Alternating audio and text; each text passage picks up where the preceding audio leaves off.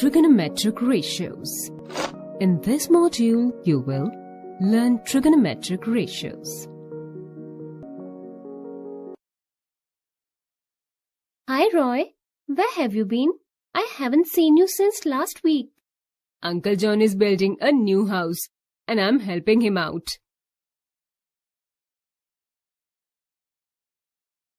Hello, Uncle John. Hey Uncle John, why have you built that big right triangle on the roof? Where? I can only spot a small right triangle. This is for the sloping roof, and there are two pillars making the two right triangles. The first pillar is 2 feet high and at a distance of 6 feet from the corner, and the second one is 4 feet high and at a distance of 12 feet from the corner. These are the sides containing the right angle, and these vertices of the triangle are collinear, as base are on the same platform and hypotenuse are to be sloping roof. Right, Roy. Have you noticed that the first pillar is at 6 feet from that point and of 2 feet height, and the second pillar is at 12 feet from that point and of 4 feet height? Here, the ratio of the length of the pillar to the distance from the corner is same in both the triangles.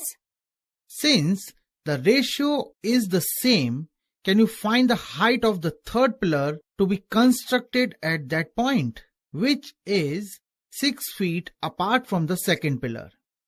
To make a sloping roof, they have to be in a straight line and the size of the triangle is increasing at a constant rate, which means that this ratio will be the same of the third triangle also. Now, if the third pillar is 18 feet away from that point, then its height will be 6 feet. As you said, the base and the hypotenuse of all these triangles are on a straight line. This means that this angle has to be the same for all the three triangles. Yes, for this angle, this ratio is constant. Not only is this for a certain angle, the ratio of every possible pair of sides is constant. Such a ratio with respect to an angle is called the trigonometric ratio. Let me explain it to you using a right triangle. Now, in a right triangle ABC, right angled at B. For angle A, this side is adjacent to angle A, and this side is opposite to angle A, and this is the hypotenuse. Here, we have compared the length opposite and adjacent to the angle considered. So, in a right triangle, the trigonometric ratios of an acute angle is the relationship between the angle and the length of its sides. Correct, Roy. For angle A, we can have the following 6 ratios. These are defined as: sine of angle A is equal to the side opposite to angle A upon hypotenuse. Cosine of angle A is equal to the side adjacent to angle A upon hypotenuse. Tangent of angle A is equal to the side opposite to angle A upon side adjacent to angle A. Cosecant of angle A is equal to the hypotenuse upon the side opposite to angle A. Secant of angle A is equal to the hypotenuse upon the side adjacent to angle A.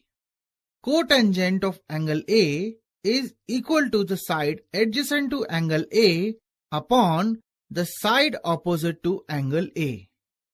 In short, we denote them by sin A, cos A, tan A, cosec A, sec A, and cot A.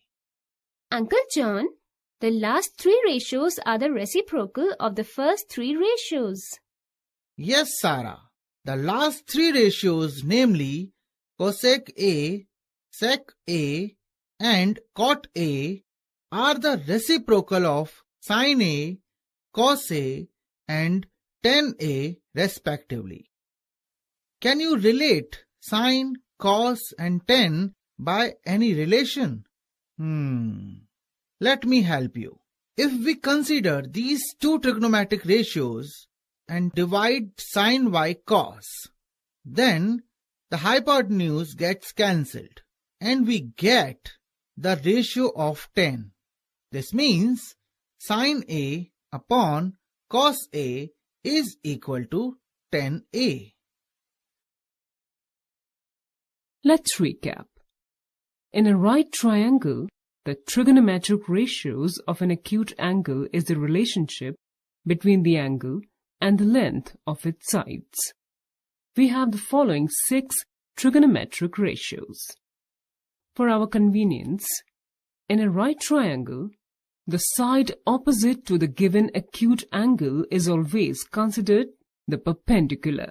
The side adjacent to the same angle is considered the base, and the side opposite to the right angle is hypotenuse.